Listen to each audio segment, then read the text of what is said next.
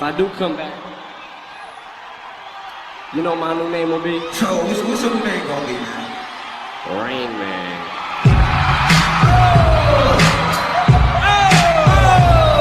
Put your hands in the air, yo!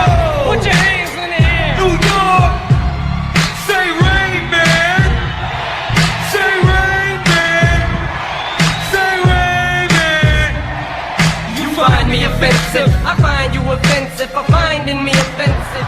My aim was not to become what I became with this level of fame. My soul is possessed by this devil, my new name is...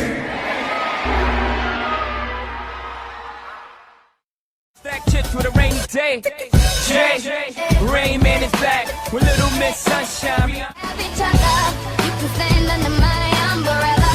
You can stand under my umbrella. Ella, ella, under my umbrella. Ella, ella, under my umbrella. Ella, ella. Terror, got a head full of stacks, better grab an umbrella. I make it rain, I make it rain, I make it rain. Terror, got a head full of stacks, better grab an umbrella. I make it rain, I make it rain. Yeah, I'll rip it. Raise that rain man without question. Muscle my hustle man without. Hey, have you seen the rain man look into the sky?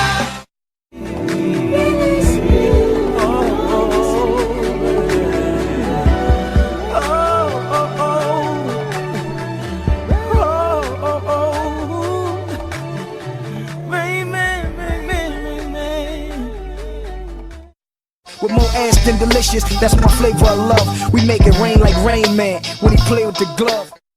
Amateur pole dancing, come and get this cash from me. They call me Rain Man. She try to rain dance, money so long. Competition faggot, there ain't none. Speak of the devil, it's attack of the Rain Man. Chainsaw in hand, blood stain on my apron.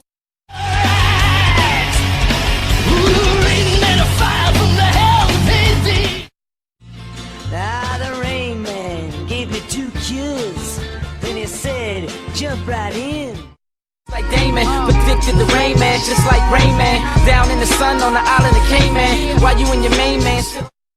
Yo, plus my nieces got brain damage. I'm dumber than Rain Man is. There's mayonnaise on this, I need a plain sandwich.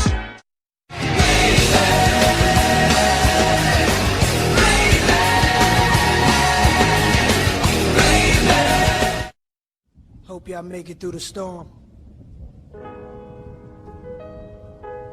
You know what though, I love the rain, man. Love the rain. Let's go. Everybody say, it's the Rain Man, can we have a rainy day? Make it rain. Please bring a umbrella. Make it rain. But there was one named Lizzie Cooper who said he was a lying chief. She said you call yourself a Rain Man, well you ought to be ashamed. Well, Rain Man comes with his magic wand, but the judge says mortal can't have no fun. Dear God, I wonder can you save me? Illuminati want my mind, soul, and my body. Dear God, I wonder can you save me? Secret society, trying to keep me on. Dear God, I wonder can you save me? Our father figures his basis. Say expect Illuminati. Take my body to sleep. Niggas at the party with they shotties. Just as rowdy as me. So if money is the root, I want the whole damn tree. Ain't trying to stick around for Illuminati. Got to buy my Illuminati, a secret society do exist. Illuminati, Okay, it's Young Wayne on them hoes, aka Mr. Make It Rain on them hoes. Like, hey, everybody say, Mr. Rain Man, can we have a rainy day? Bring the umbrella, please bring the umbrella. Ella, Ella, Ella, eh. Rain, rain, rain this way. That's what all the scrippers say. Rain man, go away. That's what all these haters say. I'm a rain man, and I can Gather up all your arms. Get ready for this new world order. Shit is about to change, motherfucker. Illuminati want my mind, soul, and my body. Secret society, trying to keep their eye on me. But I'm stay incognito in places they... Took me 33 years for me to see the truth.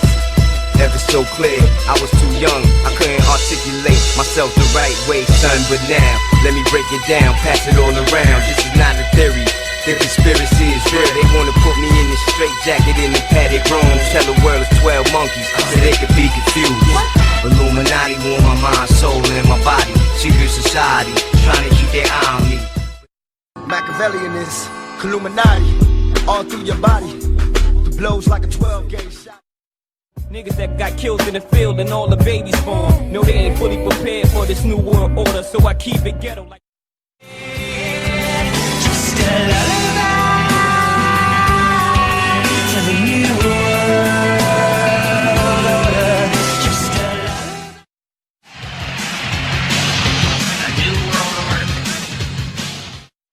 We are slowly being slaughtered, so be prepared for the new world order.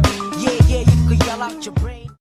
Escaping through this hole that is gaping. This world is mine for the taking. Make me king as we move toward a new world order. A normal life is boring, but superstardom's close to.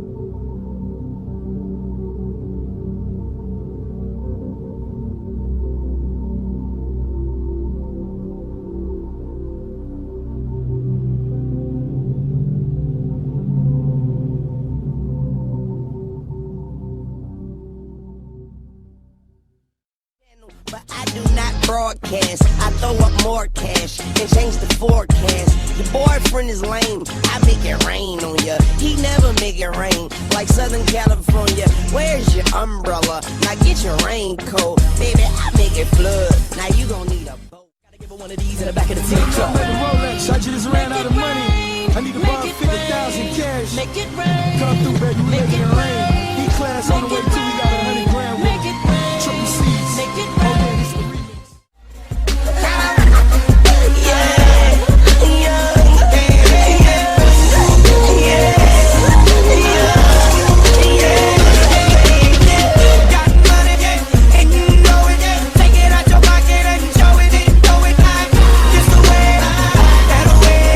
this the remix.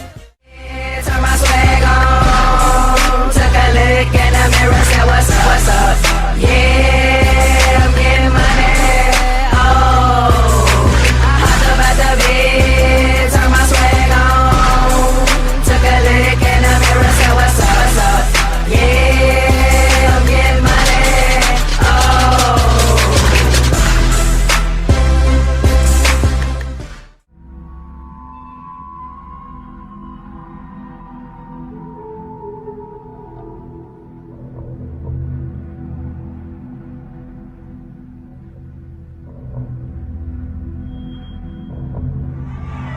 I sold my soul to the devil. I know it's a crappy deal.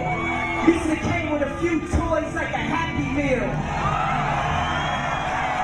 You know, what was going on in my life at 15, and that's how I got introduced to the music industry. I swear I wanted to be like the Amy Grant of music. Yeah.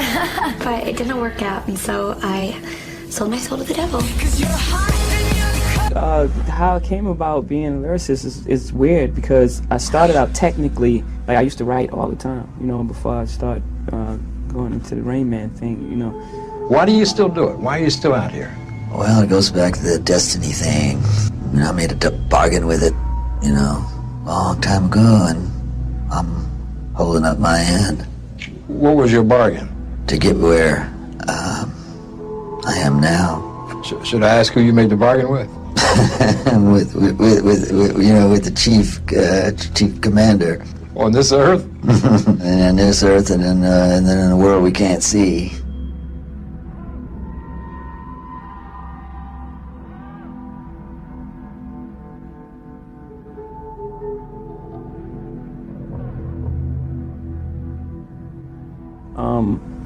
You know, so it's like a mumbling effect. In Rain Man, he was always mumbling all these numbers, rattling off these amazing numbers, and he was like I guess an idiot.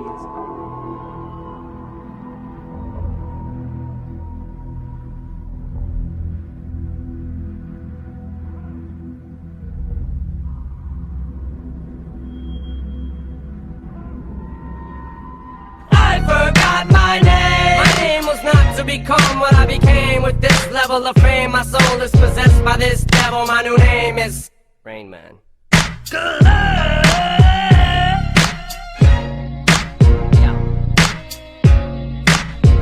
Rain Man.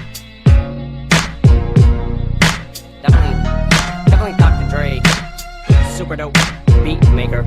2,987,463,463.70. Yeah. This right here we call a magic moment. Right now I'm thinking like, you know, where is this going? What does this track say? You know, I look at music like a puzzle, like I try to figure it out. You know, figure out what I'm gonna say on it, figure out the emotion of the track, what it's saying. Then I go through my brain.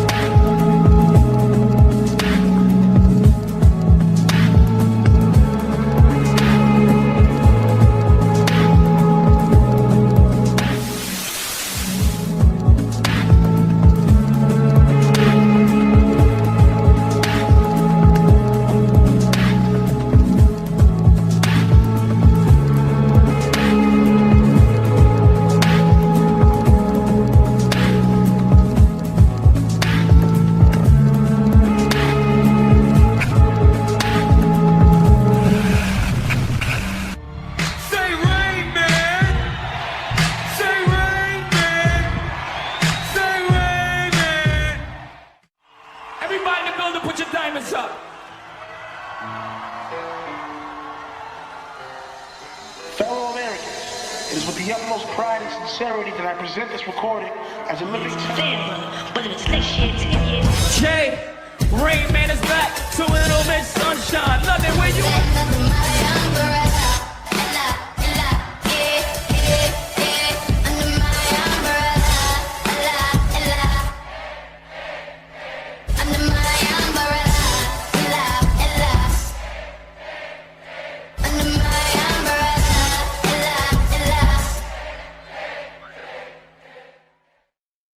It's like the boy in the bubble who never could adapt. I'm trapped. If I can go back, I never would have rapped. I sold my soul to the devil, I'll never get it back. I just want to leave this game with level head intact. Imagine going from being and knowing.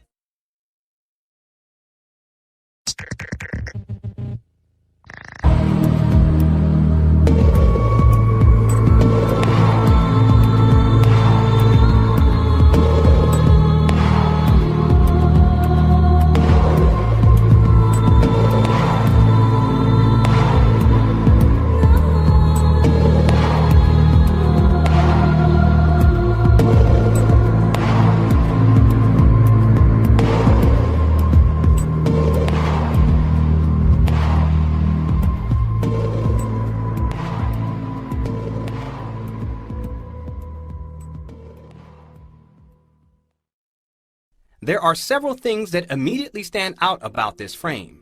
Something is not quite right here. It is probable that you have already sensed that something strange is going on in this frame. Let us take a closer look. First of all, it appears as if Rihanna is bent over, her head bowed low, her face against the floor. Her legs are parted, her arms outstretched, angled behind her. This frame is dualistic in nature. It tells two stories simultaneously. Look closely at Rihanna's hair. There are only a few strands leaning down towards the ground. How is this possible? If her head is fully bowed, then shouldn't all of her hair be leaning down towards the ground? Shouldn't the hair on the back of her head fold over towards the ground as well? Wouldn't gravity make this so? Secondly, there are anatomical impossibilities present in this frame. The distance between Rihanna's bowed head and shoulders is anatomically disproportionate. Given the relative position of her trapezius muscles and pectoralis major muscles, Rihanna's neck would have to be about 11 inches long in order for her head to reach that low. From this position, her neck would also have to be stretched downward at an anatomically impossible angle. But this is not all. The fact that we can simultaneously see the trapezius muscles and the pectoralis major muscles indicates that this frame has been doctored, changed, or digitally edited. The trapezius muscles and the pectoralis major muscles are posterior and anterior respectively. In other words, they are opposite of each other, one existing at one's back, the other at one's front. So then, how is it possible that we are able to see both so clearly here? Unless this picture has been somehow altered. But why would it be altered? What purpose would it serve to alter this picture in such a way? Let's look closely at this area. What is this small horizontal line here? Is it some sort of protruding bone? Is it some sort of spontaneous mutation, the effect of which has formed bone structure only existing on one human being on the planet? If this is bone structure, then why is it not visible on the other side? This is not some protruding bone. This frame has been purposely altered. This small horizontal line is in actuality a right eye. We can therefore add the left eye, eyes, eyebrow ridges, small forehead region, top of head, horns, snout, mouth, miscellaneous bone structure. The head of Rain Man is in plain sight. So why did we not see this in the first place? Well, this frame is extremely brief, which makes it only accessible on a subconscious level. By freezing the frame and taking a more critical look, we can register all of these subliminal elements on a conscious level.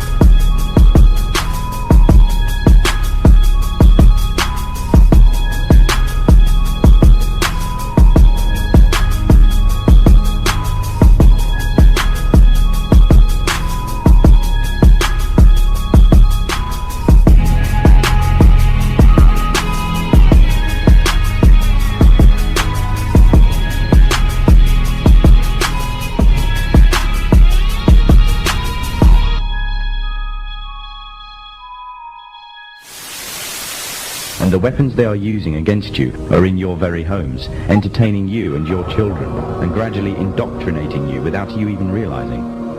In today's society, people are spending more and more time engaged with modern media. Television, cinema, computer games, the internet, popular fiction and popular music are an integral part of our lives.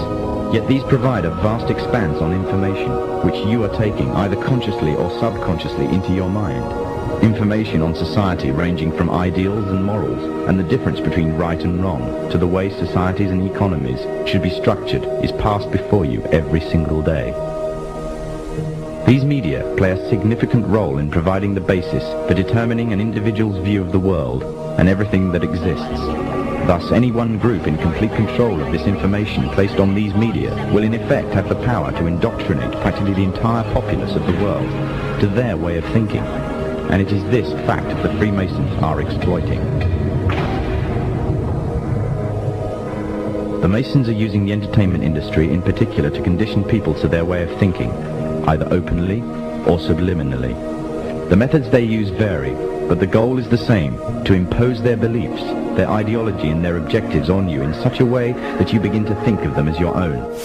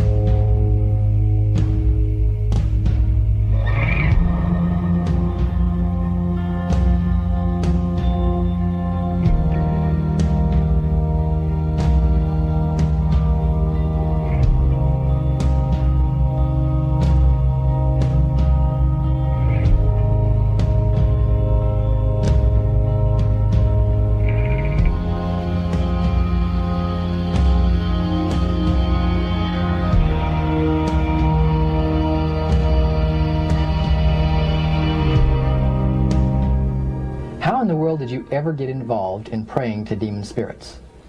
A fellow that had been on a particular ship with me, he told me, hey, I got something fantastic to tell you. He said, I am affiliated with people that speak with the spirits of the dead. How would you like to talk to the spirit of your dead mother? And I was shocked. I was shocked. He said, you wouldn't be afraid of talking to the spirit of your dead mother, would you? Well, I said, I'll tell you what, I would have to give that some thought, because it's something I never thought about before in my life. Most of us probably haven't. A little afraid of something like that. Well, he says, you know, it's written all over your face. You're afraid of going to a seance. But he says, I know you. He says, you're going to come. And then he started to tell me how brave I was when I was aboard ship, you know, different things. He says, you're not the same man, you're changed. You're chicken. That's all I needed to hear. I said, when do we go to a seance? So one Saturday evening, we were in the place. It was our first time. Very beautiful place. A medium was a lady. She had a gorgeous new home in Montreal. And there were about 20 invited guests there, which I was one of them. And she communicated with the spirits for different people there. And they were telling them what the spirit said. One man said, I would like to talk to my friend that died 6 months ago. But I don't want him to appear. Just want to talk to him. Because he says, I don't trust you talking to my friend for me. So the medium says, let me inquire of the spirit. Yeah, the spirit will talk with you. And that big masculine voice was heard in the place. It says, hi Frank. It's nice of you to ask for me to talk with you. And they had a little chat. And after it was over, Frank says, this is the greatest thing on earth, to be able to talk with the spirits of the dead. Then the medium said, we have a very special surprise tonight for you people. A spirit will manifest itself openly here in a few minutes. And it's like a big gust of wind hit the building. And right through the wall. Now the lights weren't terribly bright, but they were like living room lights. A couple of floor lamps and maybe some of these. And that translucent being seemed to come right out of the wall. How did you feel right at that moment? It's almost like my heart stopped a little bit. You know, very weird feeling. So it was a lady in a beautiful evening gown, swirling. And she said to Mary, my dear sister, you are so wonderful to have asked for me. And Mary fainted and fell right off her chair on the floor. And a couple of guys jumped up and picked her up, and straight gone. And that was the beginning of it. That's how you got into it? Yeah, that's the way I got into it. After a while, you see, there's something interesting about the human mind. You can adjust an awful lot of stuff. You can adjust to a lot of things that would terrify you to begin with. After a while, they become common and ordinary. So you mean contact with the supernatural can become commonplace and ordinary and doesn't bother anybody? Yeah. In other words, the more that you do it, you're not uncomfortable. That's right. It's just not an uneasy feeling. Yeah. So how did you feel about it? Then I got into a secret society that worshiped the spirits, you see. Well, how is that different from the seance, Roger? It happens that the seance are not involving in many ways. But when you get into a secret society of spirit worshippers, then, and especially when you're invited there by the direction of the higher-ups in the spirit world, you never get out of there alive. And this is exactly what my friend and I were up against. We didn't know anything about. And there was a very, very popular big band leader. Jazz band, yeah, very famous. And one night we went to one of these seances, and he was with his wife. So Roger, you're at this restaurant. What happened? We sat there and we had our favorite alcoholic beverages, you know. And as we talked, the band leader says, he says, I want power. I go right to the source of power. And he says, how do you think that I became famous the way that I am? Well, I said, you must have had some good luck. Well, he says, there's no such thing as good luck. He says, there's either some power working for you somewhere, or you don't get ahead in this world. Not in my type of occupation. So it went from there. We got talking about spirit worship. Did it intrigue you? Or did it make you want to find out more about what exactly he was talking about? Yeah.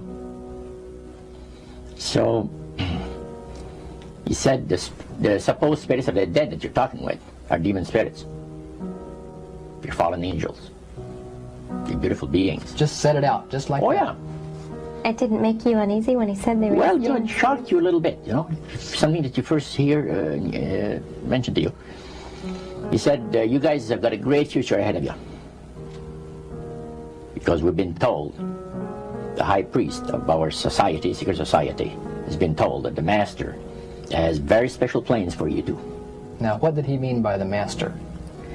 Satan. And we were interested to hear more about it. And he told us, he says, look, we worship spirits. We worship Lucifer and all his angels. They're just as beautiful as they did before they were cast out of heaven. He says there was a misunderstanding in the whole thing. He says among the inhabitants of the galaxies. And he says our master was misunderstood. And God did not bear with him like he does with people that make mistakes today. So we're in a warfare, good against evil. And we happen to be the evil ones, but we're not that bad. He says, I look at this business between the forces of good and evil. He says, you believe in one person believes in God, and everyone believes in Lucifer. It's like politics. So the great controversy is real. And you heard someone talk about it that's on the other side. And to these people, they are sold to the fact that Christ will not return to this planet with power and great glory. He's going to abdicate all claims to the planet.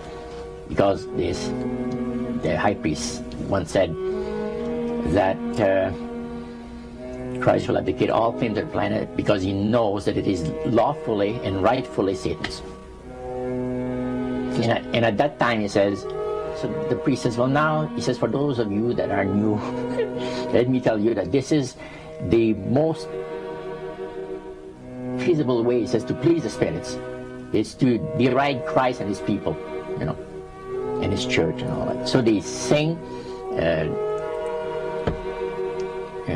out of Christian hymnals. They didn't sing Christian words to the hymns, however. Well, they changed a lot of them. Yeah. It's a form of blasphemy. Yeah. Such as you see today in the rock music world. You see the entertainers, they have these crosses. The ladies got earrings, crosses. The guys got crosses. This is a form of blasphemy, a form of deriding Christ. You see, spirits cause the people to do that, to find pleasure in wearing this type of emblem, which is the cross is the emblem of the crucifixion of Christ for the Christians. Better to reign in hell than serve in heaven, is that it? Why not? I'm here on the ground with my nose in it since the whole thing began. I've nurtured every sensation man has been inspired to have. I cared about what he wanted, and I never judged him. Why? Because I never rejected him, in spite of all his imperfections. I'm a fan of man! I'm a humanist. Maybe the last humanist. Who, in their right mind, Kevin, could possibly deny the 20th century was entirely mine? All of it, Kevin! All of it. Mine. I'm picking. It's my time now. It's my time. the master of my life has revealed to me that it is time for you people to become acquainted with the worship room of the gods, where they had the spirits that had materialized. They photographed them, and then they had paintings made of them. And there was probably about maybe 100 of those around the place. So how did you feel when you walked into that room? I felt that these people had power, and they had a lot of it. Did that attract you? Yes and no. You had mixed feelings about it? I had mixed feelings about it.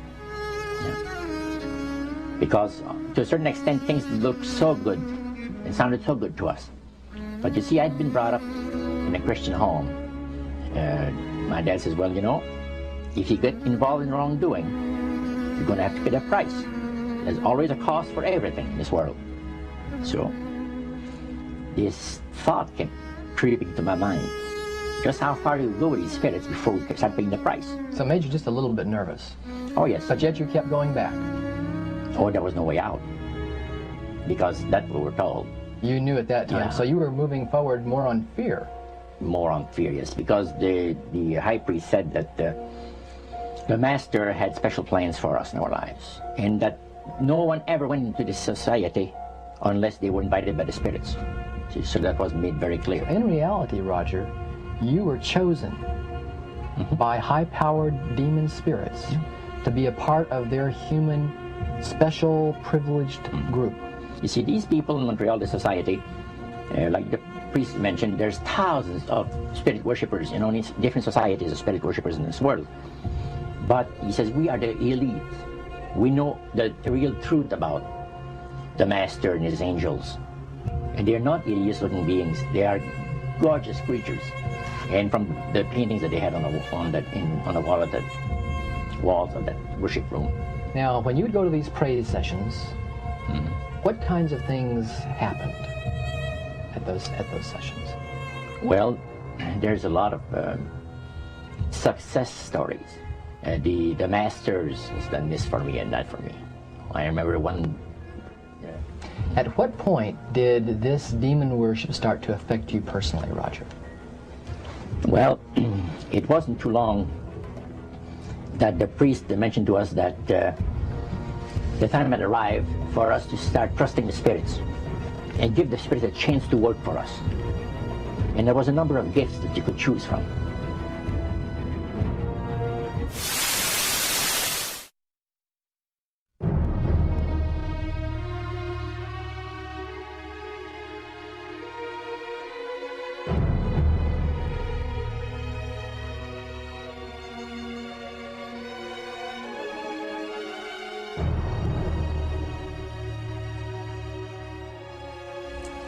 They had three major policies that were going to be followed.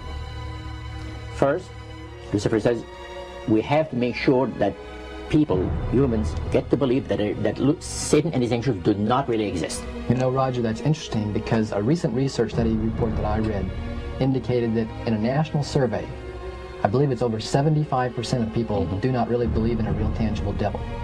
But there is one. Oh, yeah. Oh, the next thing, the three-parts policy that they had adopted there, the second one was to find a way of being able to get total control of people's minds. And that would be done by taking hypnotism out of the realm of the occult and introduce it as a new science for the benefit of mankind.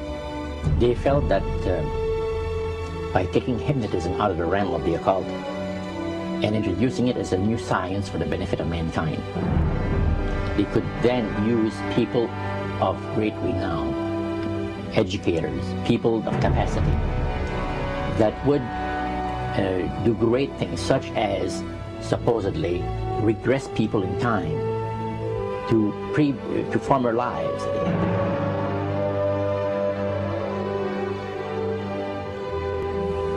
And of course, after the session is over, the person would not know a thing about ancient history.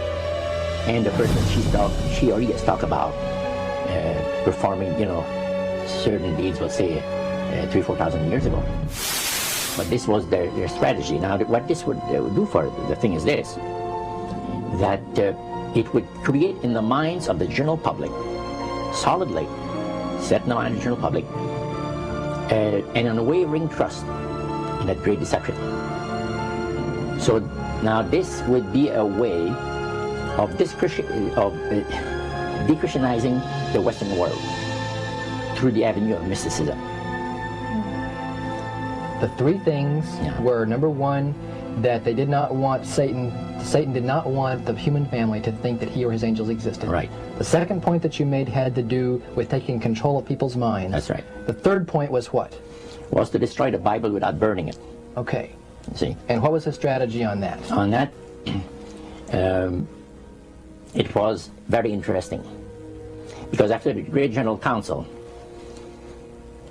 it was decided that Satan would tutor Charles Darwin personally in setting up the principles of his theories of evolution. He was tutored by Lucifer himself, fallen Lucifer. And at that time, it was understood, Satan and his spirit counselors understood, that if a person was led to believe in the theory of evolution, it would, in his life, destroy completely the creation and week of the Bible, the fall of man, and the plan of redemption. It would do away with it. Anyone that teaches a theory of evolution is considered to be a minister of a great religious system.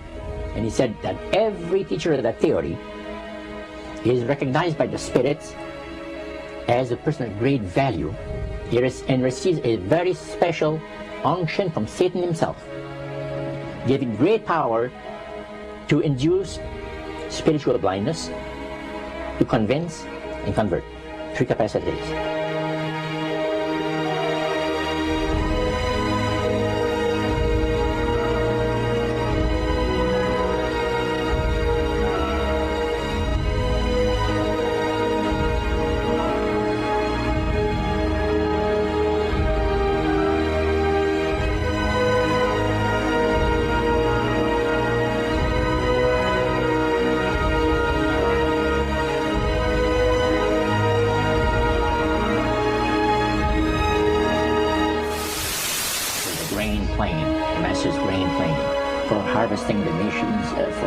The multitudes of the earth into his cause just before the close of the great controversy between the forces of good and evil. It's going to be done in a unique manner. This grand plan is going to take people are going to eat the stuff, because it says spirits, demon spirits, will declare themselves to be inhabitants of far distant planets in the galaxies that are coming to warn the inhabitants of planet Earth of the impending destruction of the planet, unless something seriously proper is done to avoid it.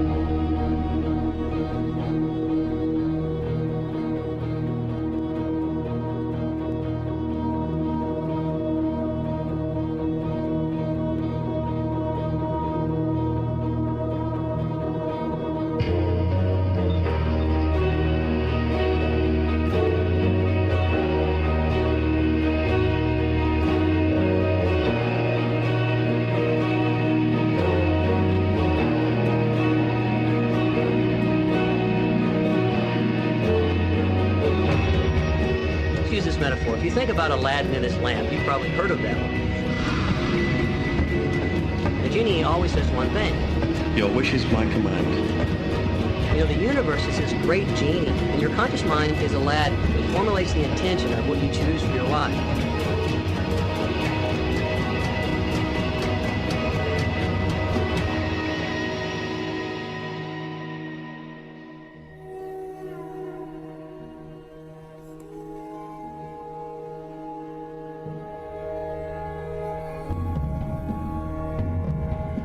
very heart and core of all these secret societies lurks the Kabbalah. It is a method of encoding information through a system of mathematics and numbers. These people that belong to the secret societies never dared to write down in any language what they knew, what it was that they were guarding, because then someone could steal it and then the secret would be out. So they took this knowledge and they made it occult through a system of encoding, encryption, one of which is mathematics, numbers. Another is architecture. Everybody wonder, why do they have a fraternal organization called the Freemasons? Aren't those the guys that build walls? You bet they do. But every wall they build contains the secrets that have been kept and maintained throughout the ages, and it's encoded in the architecture and in the measurements of the buildings and in the mathematical formulas used to derive the geometry, the shape, the length and breadth and height of rooms. It's all encoded there. I was approached in 1995 by a good friend of mine who asked me if I could sculpt a mystery object for him. Very secretive. I can't really tell you much about it, but it's based on some degraded film that a friend of his had bought. Eventually I did meet up and I set about making this object, which took a few weeks. There were lots of blood and guts involved, and wailing and gnashing of teeth to get it all done in one evening. My wife woke me in the morning to say, "There's a message for you." And I said, "What is it?" And she said, "The eagle has landed."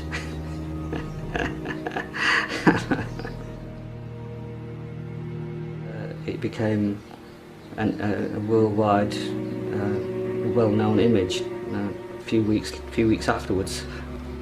I think my wife thought I'd robbed a bank or something, but she didn't ask me any questions about it. And I stayed silent about it for quite a few years afterwards.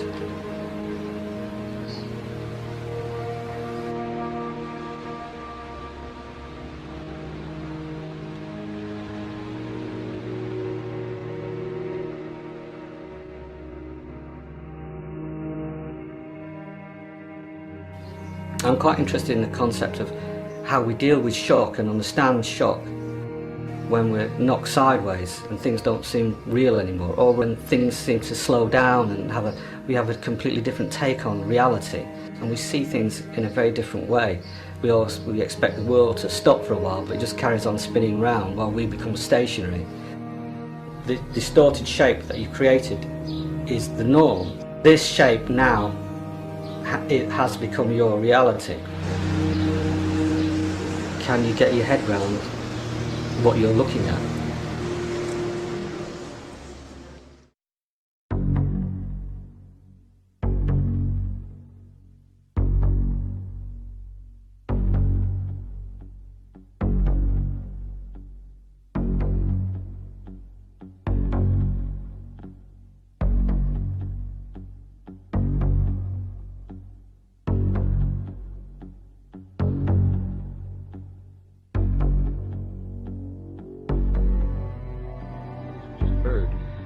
Things were planned many, many years ago.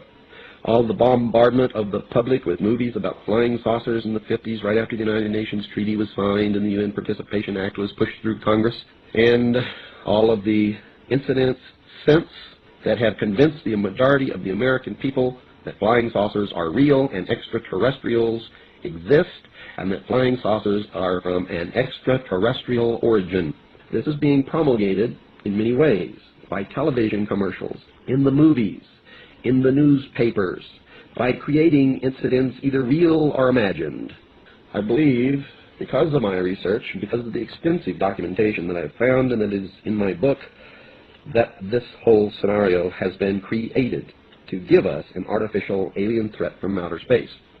During the Reagan administration, he made 6 speeches specifically talked about a threat from outer space by some other species from some other planet. 6, ladies and gentlemen. Why would the president repeat the same thing 6 times, tagged on to the ends of speeches by him? The speechwriters did not put that in the speech. Ronald Reagan added it himself. Perhaps we need some outside universal threat. I occasionally think how quickly our differences worldwide would vanish if we were facing an alien threat from outside this world. How easy his task and mine might be in these meetings that we held if suddenly there was a threat to this world from some other species, from another planet, outside of the universe. We forget all of the local differences that we have. This was a powerful suggestion to implant into the minds of the people of the world that there really is a threat from some other species, from some other planet, to this Earth. Now, you people out there have been ignoring the UFO phenomenon for too long. It has all the earmarks of the most successful, most sophisticated mind control operation in the history of the world, and you are ignoring it. What better way to implement a plan to bring about a one-world government than to create the possibility in the minds of the people of the world that we are being threatened from some other species, from some other planet, and do it in a way that if anybody questions it or challenged it or wants to talk about it publicly, that they are ridiculed. And the ultimate goal is to make the Earth look very small, to present the people of the world with an external threat to this Earth, a superior race from some other planet, vastly superior to us in intellect, philosophy, and technology, in order to cause the dissolution of nation-states, the dissolution of all existing religions, and the formation of the world totalitarian socialist government.